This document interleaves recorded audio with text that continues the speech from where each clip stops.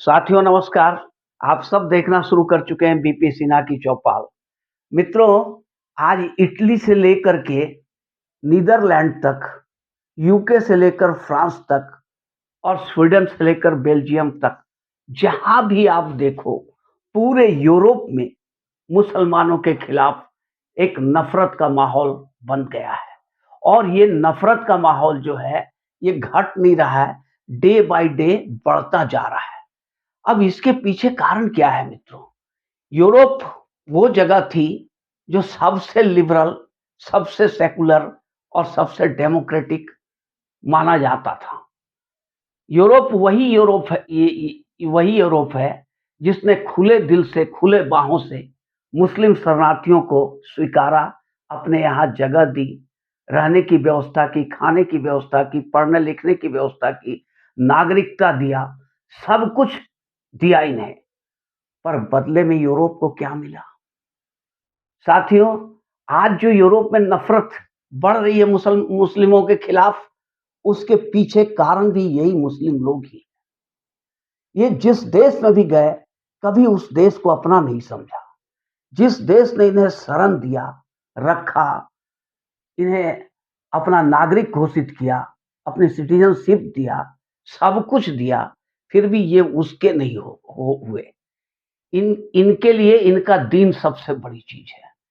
और होता क्या है मित्रों कि जब मुस्लिम जहां भी, जिस देश में भी कम संख्या में होते हैं, तो उन्हें सेकुलरिज्म चाहिए, लोकतंत्र चाहिए, डेमोक्रेसी चाहिए, बस इसी का नारा वो लगाएंगे।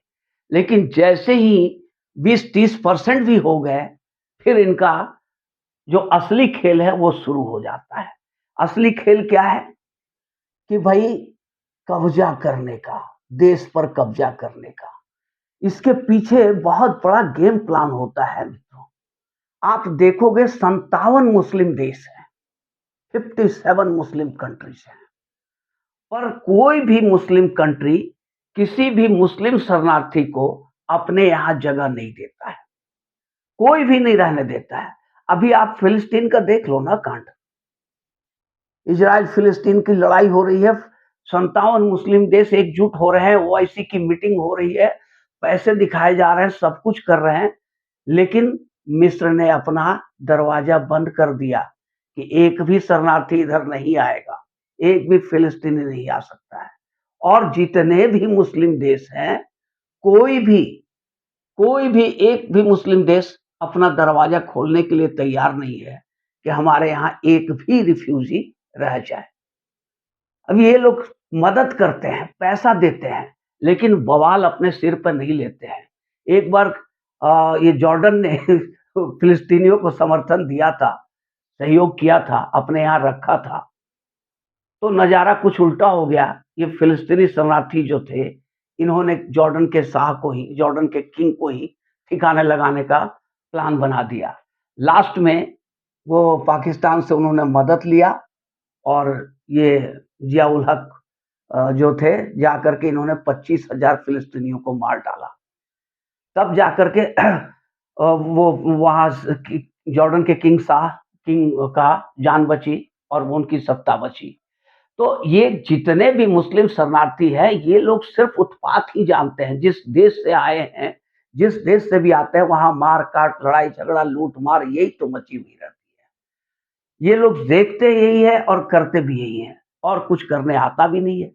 तो ये जिस देश में 20-30% हो गए, जब तक संख्या कम है तब तक लोकतंत्र चाहिए, डेमोक्रेसी चाहिए इनको और सेकुलरिज्म चाहिए।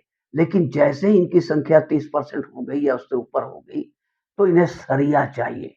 तब ये लोकतंत्र और सेकुलरिज्म से इनका कोई लेना-देना नहीं है।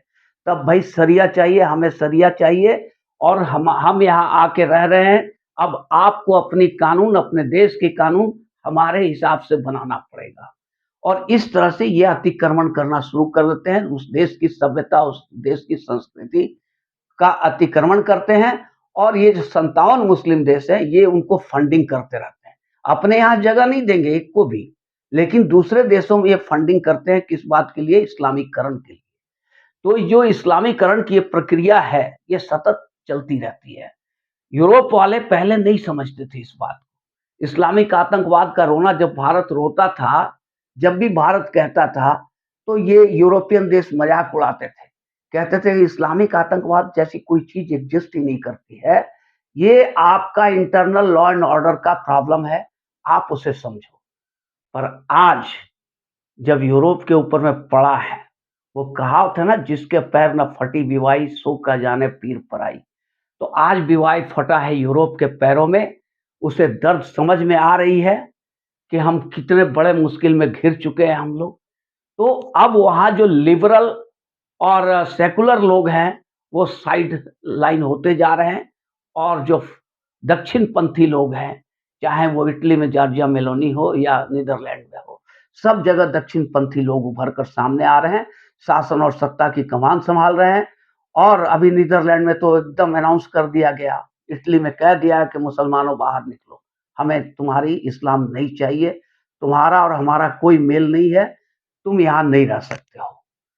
तो ये जो आज खुल करके यूरोप सामने आया है, ये तब आया है जब उसके ऊपर चूने लगी है, जब उसके पैर में विवाह फटी है, तब उसे दर्द इसका महसूस हुआ है और अब वो इसके खिलाफ एकजुट होकर के खड़ा हो गया है।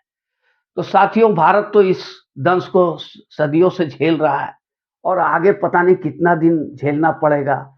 ये हमारे जो ज़बरदस्ती के थोपे हुए राष्ट्रपिता थे, उनकी करनी है, उनकी मेहरबानी है, उन्हें सत-सत नमन है, कि जो दर्द हमें दे कर के गए हैं और इसको कितने दिन तक हमको झेलना पड़ेगा, कुछ कहा नहीं जा सकता है।